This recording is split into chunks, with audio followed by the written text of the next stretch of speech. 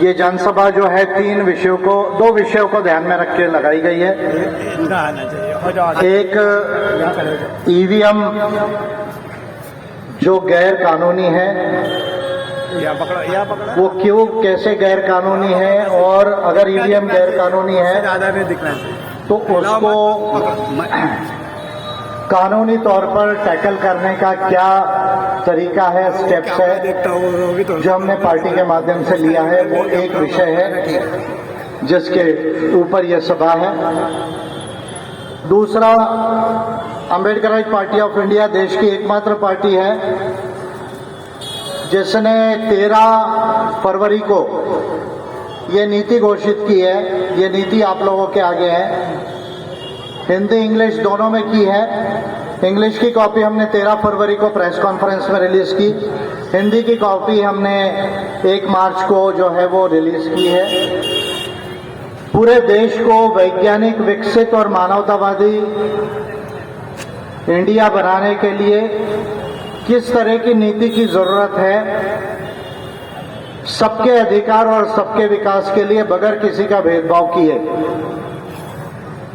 वो किस धर्म को मानता हो या नहीं मानता हो, वो किस कम्युनिटी का हो, वो जंगल में रहता हो या गांव में रहता हो या शहर में रहता हो, वो उत्तर भारत में रहता हो या दक्षिण भारत में रहता हो, बगैर किसी का भेदभाव किए ज्ञान विज्ञान के आधार पर मानवता से देश के हर व्यक्ति, हर परिवार,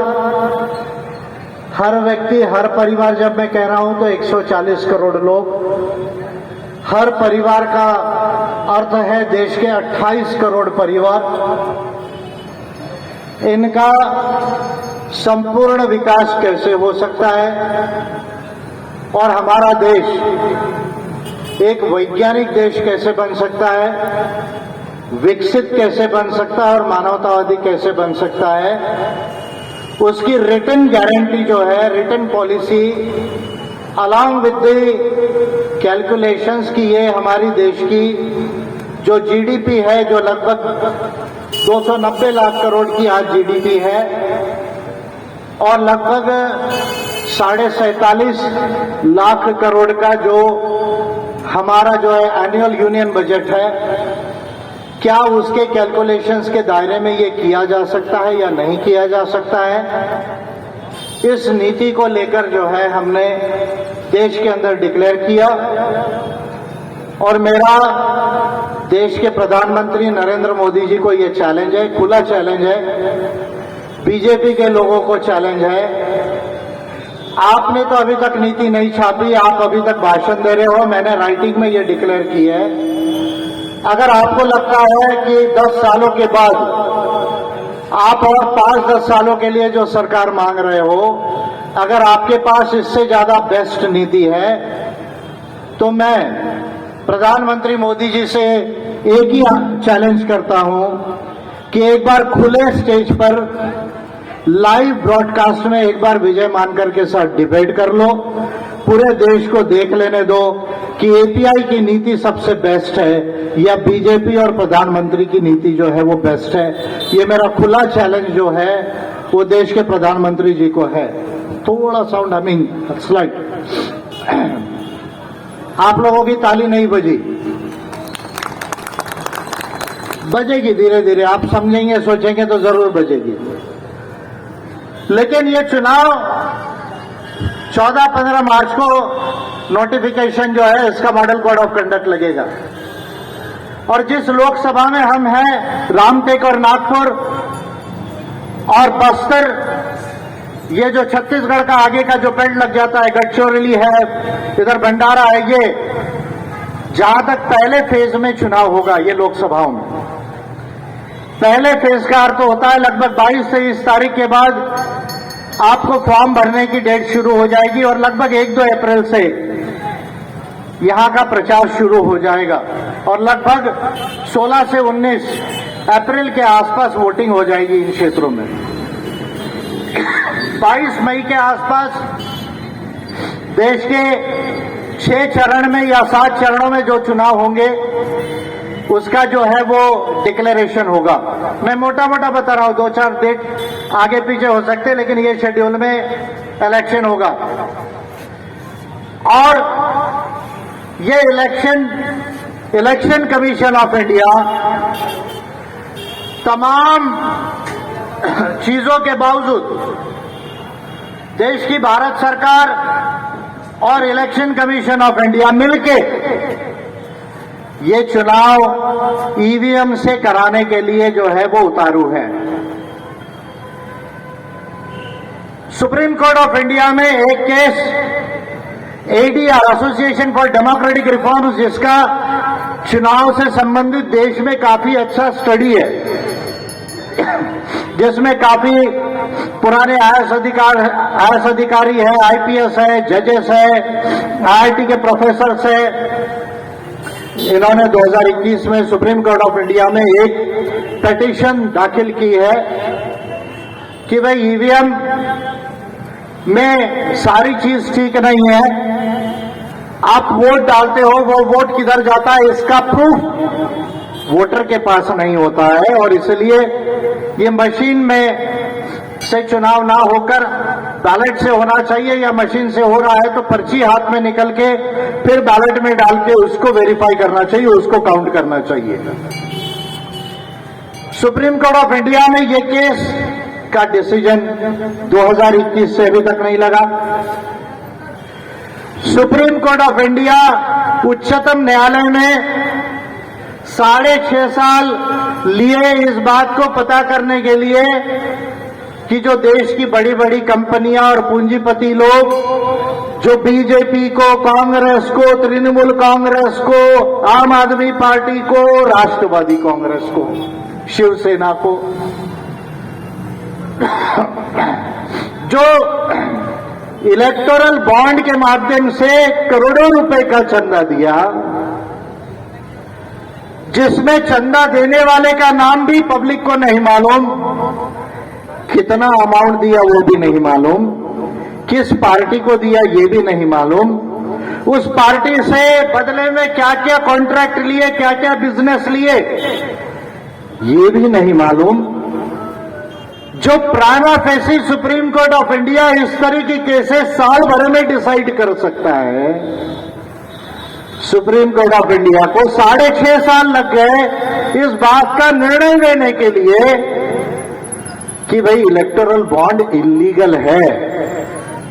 अच्छा, अब इलीगल है, अगर बॉन्ड इलीगल है तो कहा कि भाई अब घोषित करो कि ये जो 12,500 करोड़ रुपया जो इलेक्टोरल बॉन्ड से मोटे तौर पे सारी पार्टियों को दिया, जिसमें का लगभग 6,500-7,000 करोड़ रुपया अकेले बीजेपी को दिया, तो ये पैसा किसने दिया और इनके नाम जो है घोषित करो। स्टेट बैंक ऑफ इंडिया को डायरेक्शन दिया। मजे की बात देखिए, उच्चतम न्यायालय ने 6.5 साल लगा दिए इस बात की डिसीजन देने के लिए, यानी मुझे उच्चतम न्यायालय की प्रक्रिया पर और उनके निर्णय देने की बुद्धिमत्ता पर थोड़ा सोचना पड़ रहा है। भले मैं कोर्ट का सम्मान करता हूं, करते रहूंगा, करना पड़ेगा, मजबूरी है, लेकिन 6.5 साल इतनी सिंपल केस का निर्णय देने के लिए अगर देश की सबसे बड़ी सर्वोच्च न्यायालय में, उच्चतम न्यायालय में छोटी सी केस के लिए 6.5 साल लगते हैं, उसके बाद भी कोर्ट कहता है केवल नाम घोषित करो। अगर बॉन्ड इलीगल था तो पैसा इलीगल हो गया, तो पैसा वापस आना चाहिए था, एक इलेक्टोरल फंड में जाना चाहिए था और कमीशन को दे देना चाहिए था चुनाव खर्चे के लिए। ऐसा कोई निर्णय नहीं किया सुप्रीम कोर्ट ऑफ इंडिया ने। लोगों को सर्विस देती है, हमारा 1 सेकंड में पैसा इधर से उधर ट्रांसफर होता है, वो स्टेट बैंक कहता है कि हमको 30 जून तक का समय चाहिए। आप मजे की बात देखिए, पॉइंट नंबर 1, देश के अंदर क्या हो रहा है, कैसे हो रहा है, इस पर ध्यान देने की जरूरत है। दूसरा, ये ईवीएम जो है एक कंप्यूटर है, ये कंप्यूटर है, आज तक ये कंप्यूटर है। अगर ये कंप्यूटर है तो इस पर देश का कंप्यूटर का लॉ अप्लाई होता है। अपने देश में कंप्यूटर का लॉ है जिसको कॉमन टर्म्स में आप साइबर लॉ कहते हैं, और जिसका एग्जैक्ट नेम है द इंफॉर्मेशन टेक्नोलॉजी एक्ट 2000। आज मैंने बुक नहीं लाई, शायद मैं जल्दी में थोड़ा सा जो है मिस कर गया, लेकिन आप नोट कर सकते हैं the information technology act 2000। This is the computer law और the cyber law of India. यह हर कंप्यूटर के ऊपर में यह कानून लागू होता है। आपके दुकान में छोटा सा कंप्यूटर होगा, उस पर भी वो एक्ट अप्लाई होता है।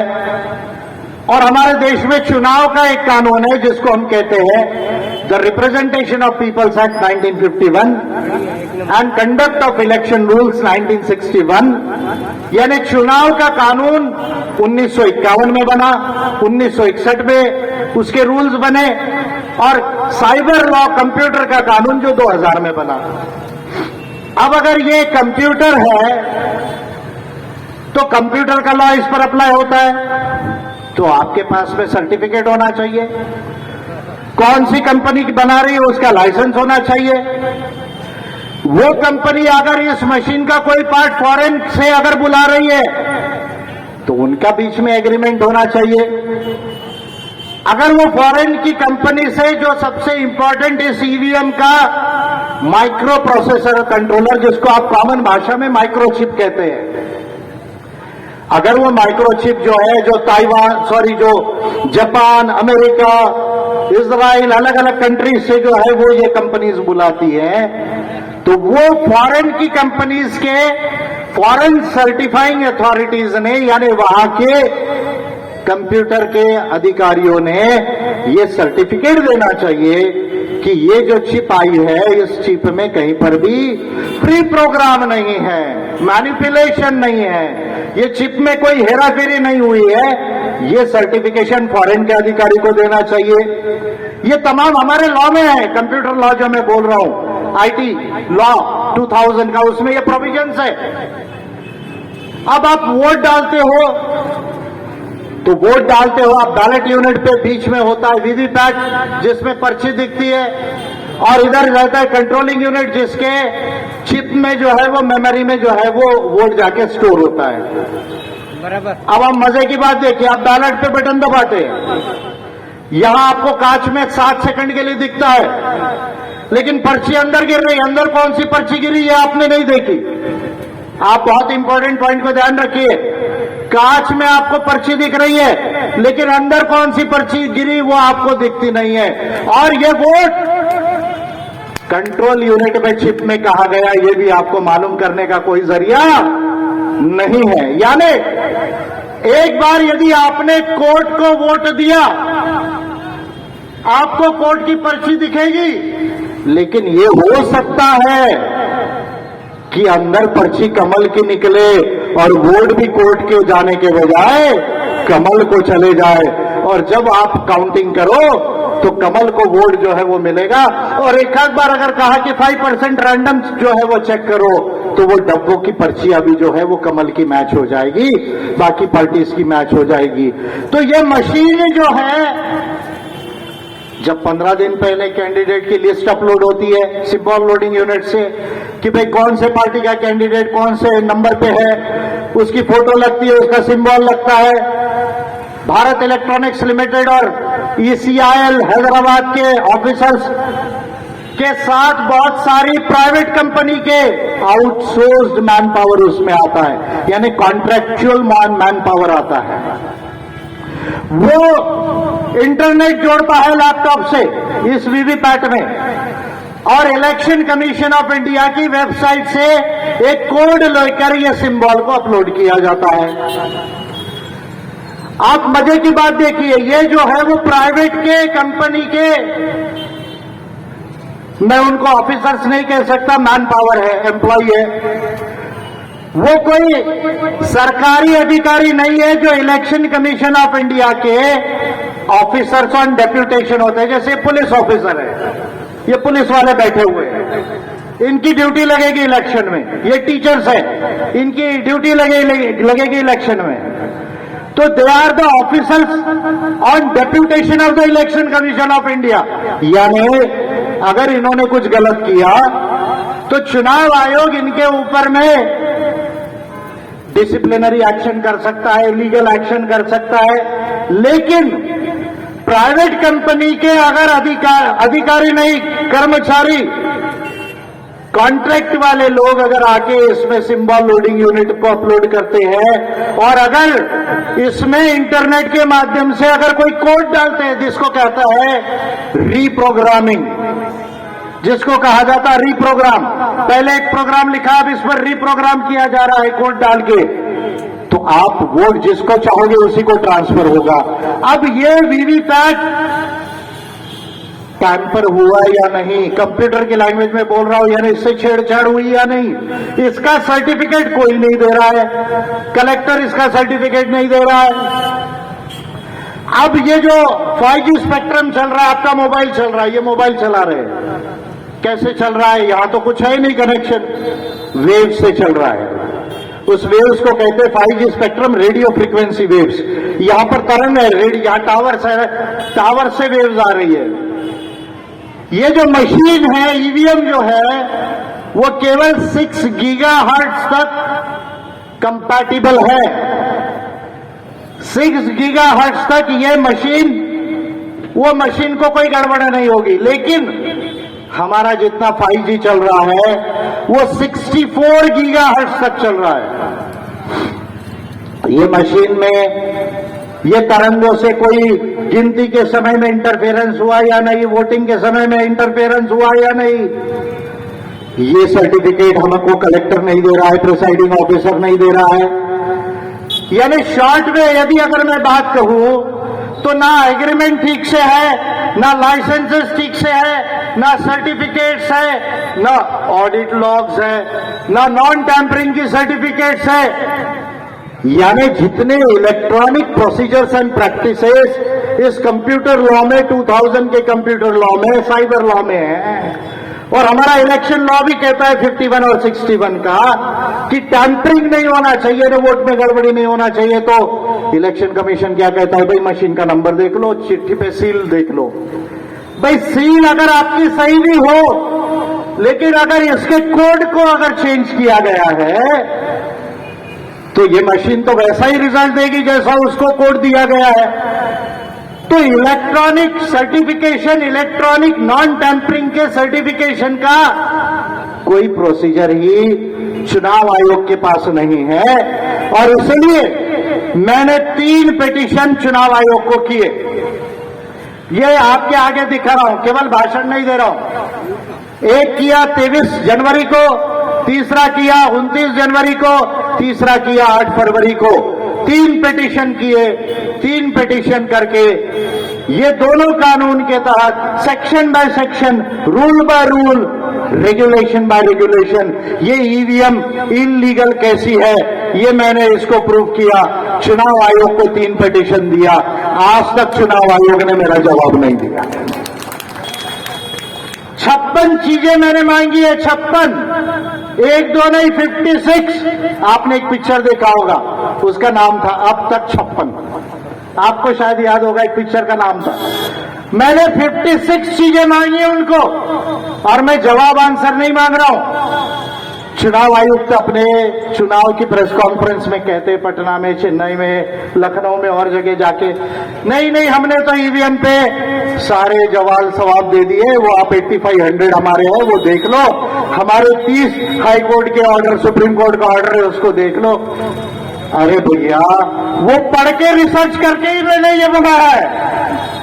मैं चुनाव आयुक्त को कह रहा हूं कि आपके सवाल जवाबों को आपकी हाई कोर्ट के और सुप्रीम कोर्ट के लिमिटेड डिसीजंस को पढ़ के ये बनाया हूं, और मैं आपसे कह रहा हूं कि ये जो मैं मांग रहा हूं, ग्रोथ रेट क्या लगेगी, सकल घरेलू उत्पाद क्या रेट से बढ़ना चाहिए इंडिया में, तीसरा पॉइंट, और per capita gross national income यानी प्रति व्यक्ति आय क्या प्रतिशत से बढ़ना चाहिए।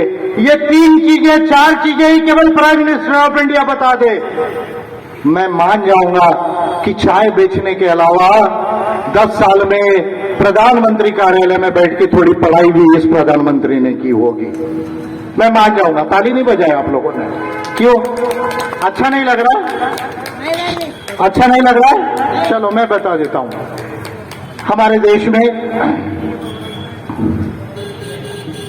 ₹46.66। अभी ध्यान से सुनिए, ₹46.66।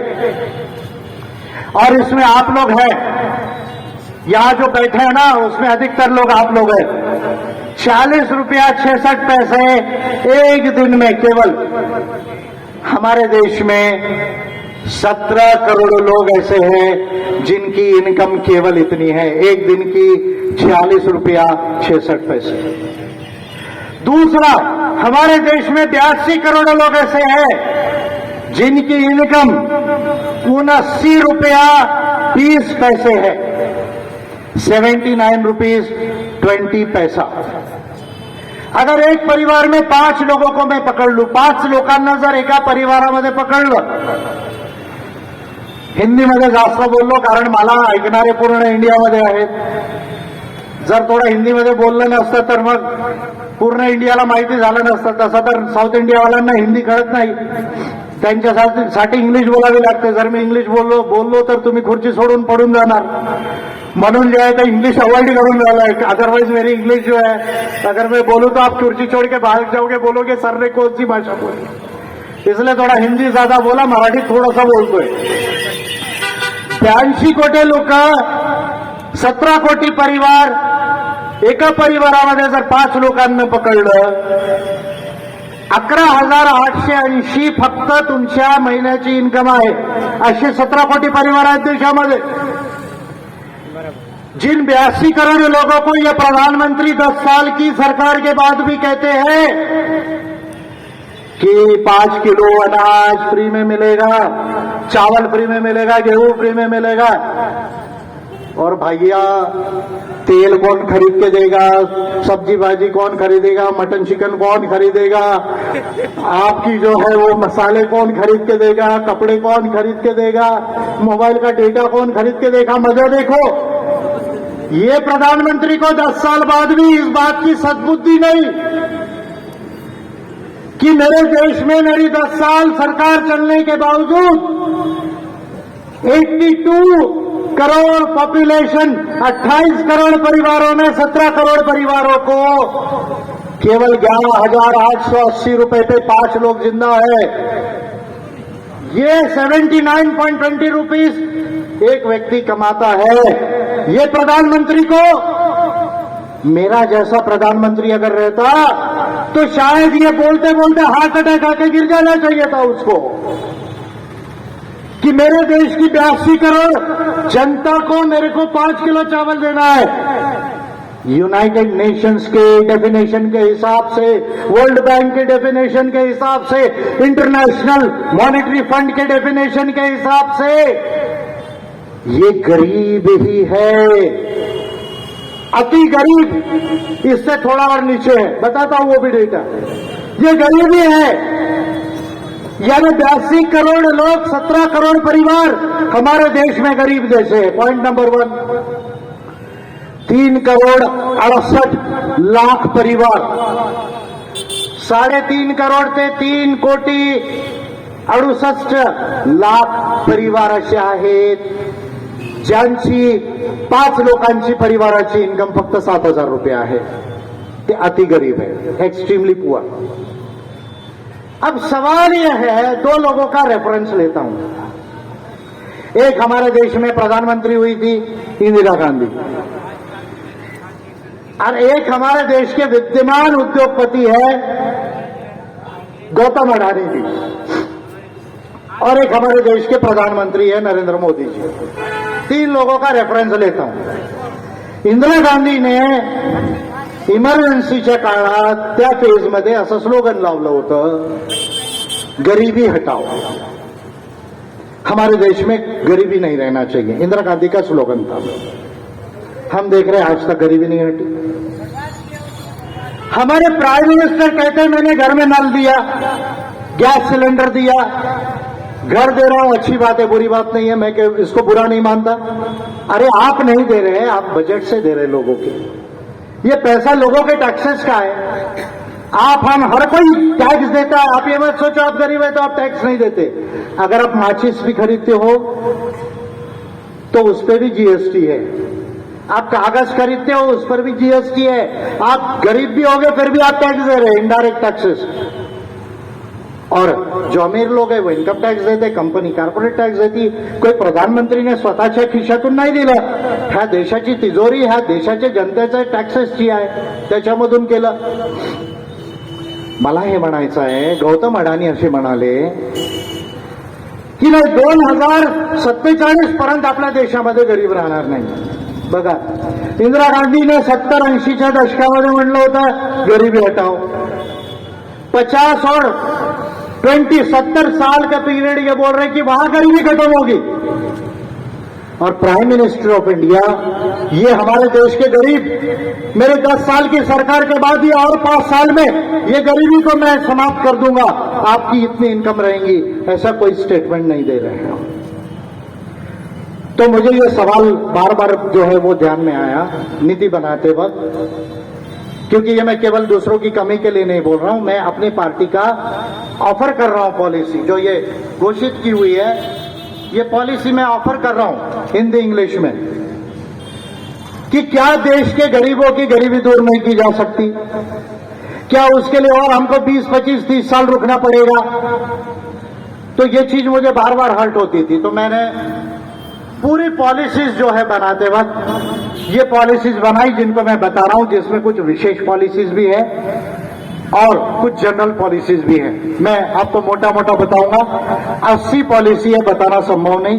मोटा मोटा 10, 15, 20 पॉलिसीज में आपको बताता हूं। एक, एपीआई की सरकार अगर देश में बनी तो 18 साल से देश में मृत्यु होने तक, देहांत तक, चाहे वो लड़की हो, चाहे वो लड़का हो, चाहे वो थर्ड जेंडर हो, हर व्यक्ति को 18 साल से इस धरती से रुखसत होने तक 500 रुपए महीना हमारी सरकार हर एक को देगी। 500 रुपए महीना। आप बोलोगे 500 में कुछ नहीं होगा, बरोबर है, 500 में कुछ नहीं होता। आप कैलकुलेशन लगाते जाओ, फिर जोड़ते जाओ, नहीं तो बोलोगे सर 500 ही दिया। नहीं।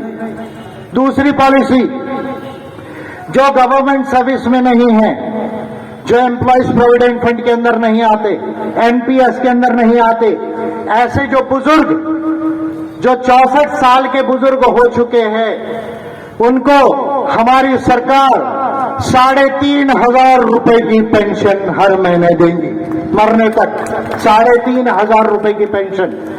गांव के लोग हैं, ये हमारे बाबा है, हमारी आजी भाई है, किसान है, छोटा मोटा व्यवसाय करते हैं, गवर्नमेंट सर्विस में नहीं है, इनको पेंशन आज 600 रुपया मिल रही है। 600 रुपए में आपका कुछ नहीं हो सकता है। 3,500 रुपए की पेंशन मिलेगी।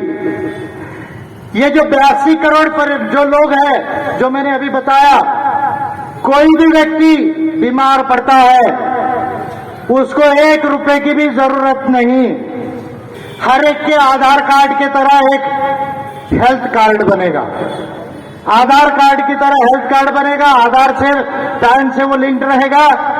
आपकी तबीयत खराब हो जाए, आप हॉस्पिटल चले जाओ, ब्लड टेस्ट से लेके आपके ऑपरेशन ट्रीटमेंट तक, और ट्रीटमेंट होने के बाद डॉक्टर 1-2 महीने की जो मेडिसिन लिखेगा, वहां तक आपका मेडिकल इंश्योरेंस फ्री रहेगा। आपको 1 रुपया भी देने की जरूरत नहीं रहेगी। ये पूरे देश के लिए बता रहा हूं मैं आपको, केवल महाराष्ट्र के लिए नहीं या और कोई स्टेट के लिए नहीं। ऐसे परिवारों के लोगों की अगर एक्सीडेंट में मृत्यु हो गई तो 5 लाख रुपए का उनको एक्सीडेंटल इंश्योरेंस मिलेगा। 5 लाख रुपए का एक्सीडेंटल इंश्योरेंस मिलेगा।